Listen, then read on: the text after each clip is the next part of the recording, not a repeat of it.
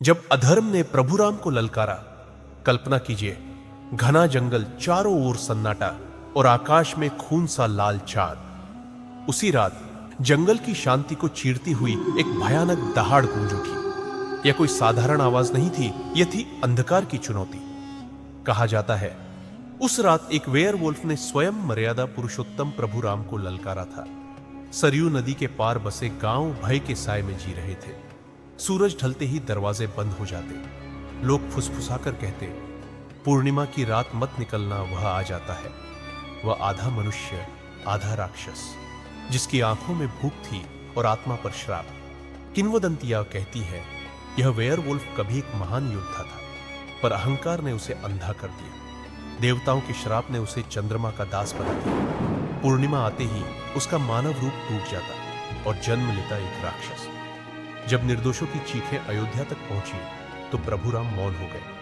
न क्रोध न घृणा, केवल करुणा। उन्होंने धनुष उठाया और कहा, जहां भय है वहां धर्म का जाना आवश्यक है।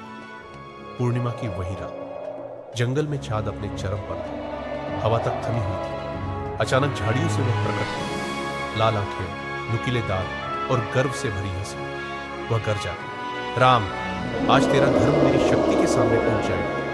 प्रभु राम शांत खड़े रहे। उनकी प्रत्यंचा चढ़ी और उसी क्षण जंगल प्रकाश से भर उठा। वेयरवुल्फ बिजली की तरह झपटा।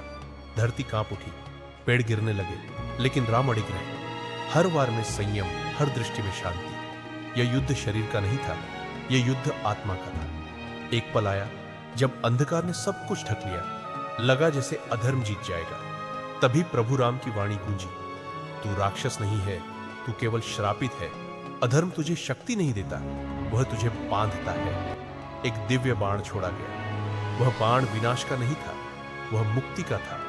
बाण लगते ही वेयरवुल्फ की चीख गूंजी। उसका राक्षसी रूप टूटने लगा और कुछ ही क्षणों में धरती पर एक थका हुआ मनुष्य गिर पड़ा। श्राप समाप्त हो चुका था, अंधकार हार चुका था। जंगल फिर शांत हो गया, चांद उजला हो गया और भय सदैव के लिए समाप्त। प्रभु राम ने किसी को मारा नहीं, उन्होंने केवल धर्म स्थापित किया।